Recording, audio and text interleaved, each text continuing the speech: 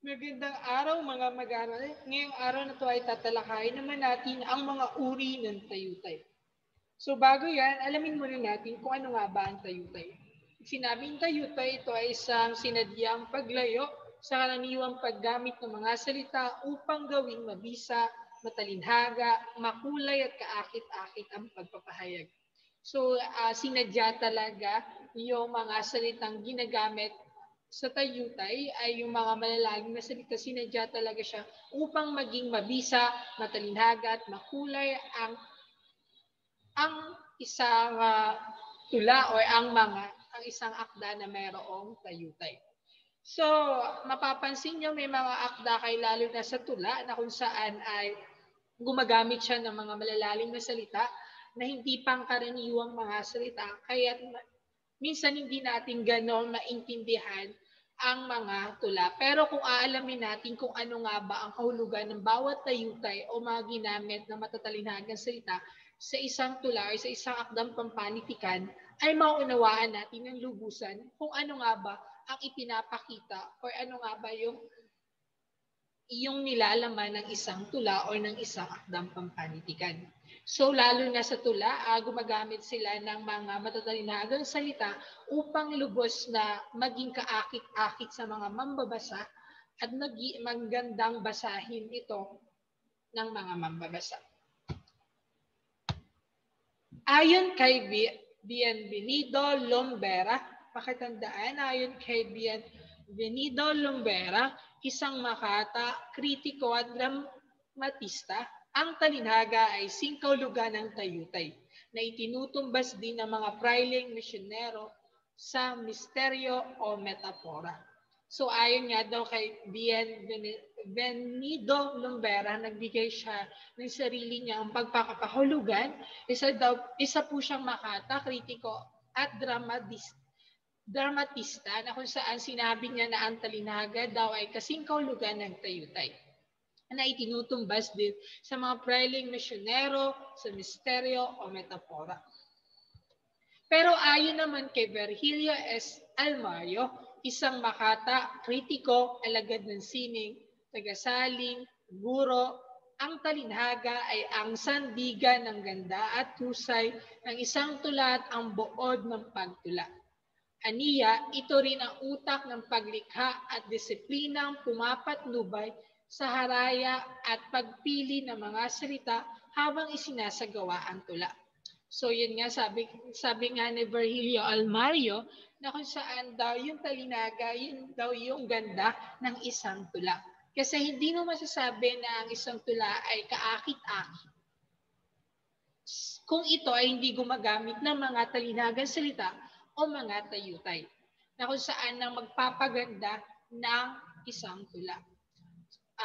Kasi may mga pagkakataon na hindi natin masasabi na maganda yung isang tula dahil hindi siya gumamit ng mga talinhagang salita o pahayag na kailangan gamitin sa isang tula.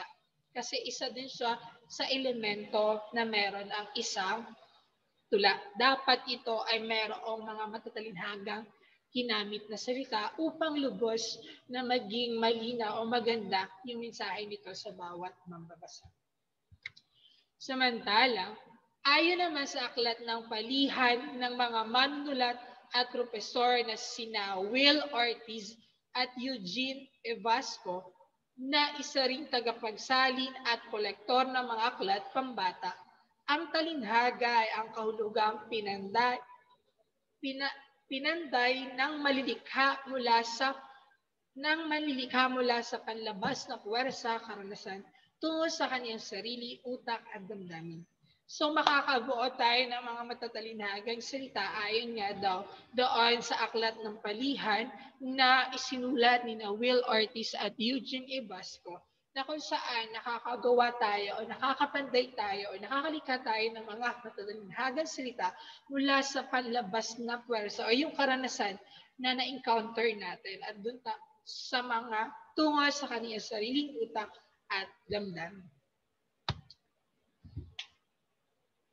Ilan po yan ha? Ilan sa mga kakaraniwang uri ng tayutay. So ngayong araw na to, matatalakay lang natin ay yung ilan sa mga pinakakaraniwang uri ng tayutay sapagkat yung iba doon sa hindi natin nasama ngayon ay alam na siya at napag-aralan nyo na siya noong kayo ay nasa noong ng mga nagdaang taon o kaya ay nasa grade 7, grade 8, naging sa elementary. Ngayon, unahin natin ang isang uri ng tayutay. Ito ay ang patulad o pagwawangki. Tahasang pagtutulad ng dalawang magkaibang bagay, gumagamit ng mga salitang parang, wari, animo, anaki, katulad na, gaya o kagaya, pares na, mistulang, manding, at tila. So ito po yung mga salitang ginagamit sa pagtutulad o pagwawangki. So dapat kung gagamit kayo ng mga pagtutulad o pagwawangki, ay gagamit kayo ng mga salitang ito. Ngayon ay tingnan natin ang isang halimbawa na sipi mula sa isang tula ni J.C. de Jesus na pinamagatang isang punong kahoy. Alamin natin dito kung ano yung ginamit ng mga salita sa pagwawangki. Kung tatanawin mo sa malayong pook, ako'y tila isang nakatibang krus.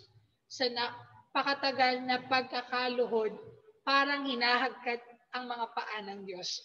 So doon sa una at ikalawang taludtod, kung tatanawin mo sa malayong pook, ako'y tila isang nakadipang krus. So doon ay gumamit siya ng salitang tila na kung saan ito ay ginagamit sa pagwawangki. So inihalin tulad, gumamit siya ng salitang tila upang ihalin tulad na siya isang nakadipang krus. So next, sa ikatlo at sa ikaapat na sakdong, sa napakatagal na pagkakaluhod, parang hinahagkan ang paa ng Diyos. So dito naman sa huling taludtod, gumamit siya ng parang. Yan, hinalin tulad niya din yan. Next, ikalawa ay talinhaga o metapora. Ito ay paglilipat ng katangian ng isang bagay sa ibang bagay na talagang kaiba sa una. Nagbubunga ng kahulugang kaiba sa pangkaraniwang kahulugan ng dalawang salita. Halimbawa, ang mga tao'y uod sa bunganga ng simbahang Quiapo, isang uri ng natungkab na mitso. Sa loob na agnas na bangkay ang bawat pari at santo. So dito naman sa talinaga o metapora, ito ay parang pagtutulad din na kung saan hindi naman siya gumamit ng mga salita sa pagtulad o sa pagwawangki. So isa lang siyang paghahambing na hindi gumagamit ng mga salita sa paggamit. Next, personifikasyon o padiwantao. Pagturing o pakipag-usap sa isang bagay bilang tao. Sa galaw, pag-iisip o pagdama. Paglalapat ng katangian ng tao sa mga bagay.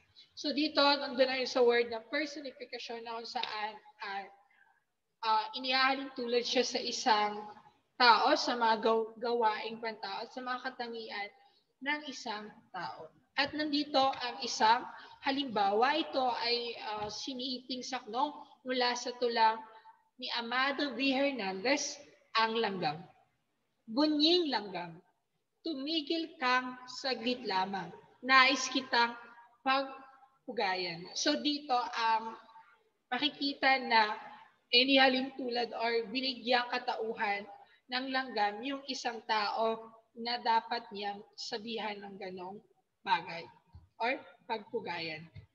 Next, parikala o ironiya. Ito ay paggamit ng isang salita o pahayag upang tukuyin ang kabaliktaran o kasulungat nito. Okay. Halimbawa, andito ang isang siping tula mula sa tula ni Rio Alma na pinamagatang sa harap ng telebisyon. Wala nang imposible. Wala nang imposible. Ngayon, sa siglo XX, ano dunong ng tao? Kahit na elepante, sasayaw sa astile. So doon, makbabanaag natin yung, makikita natin yung mga salita o pahayag na matutukoy natin yung kabaliktaran o kasalungat nito. Sa ulit. Okay, next ay ang pauroy o patudyo. Ito ay pagpapasaring o dulang palabisang katawa-tawa ang bagay o taong tinutukoy na tiyaking magagalit.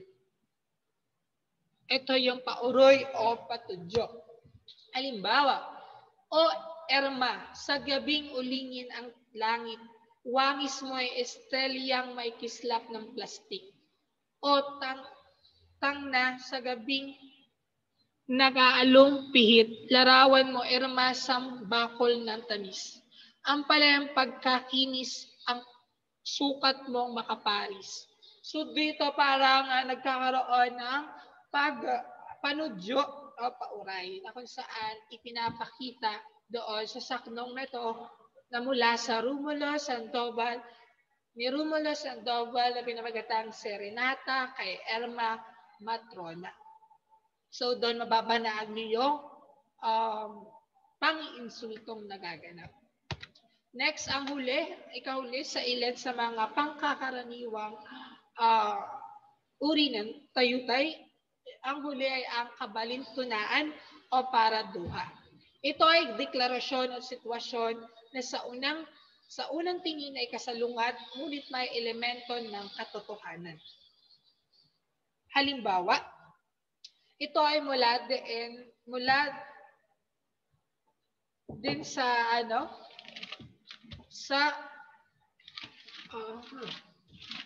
mula to sa isang siping tula. Nais kong maikwadro kasamang animo sa kaniyang pag-iisa hanggang manalamin ang dilim at liwanag sa kaluluwa ng magdamag. So mapapansin natin na mayroong sa unang tingin ay babalag natin sitwasyon, may kasulungat, pero kung ating aalaming mabuti, ito ay mayroong tinatawag elemento ng katotohanan. Nais kong maikwadro kasama ang anino sa kaniyang pag-iisa hanggang manalamin ang dilim at liwanag sa kaluluwa ng magdamag. Yun. Doon lang pinapakita na gusto niyang maging makaisa doon sa isang taong nagdurusa upang malaman yung kanyang hininikit or yung kanyang nararamdaman sa kanyang pag-isa. So yun po yung ilan sa mga uri ng tayutay. Lang po at maraming salamat.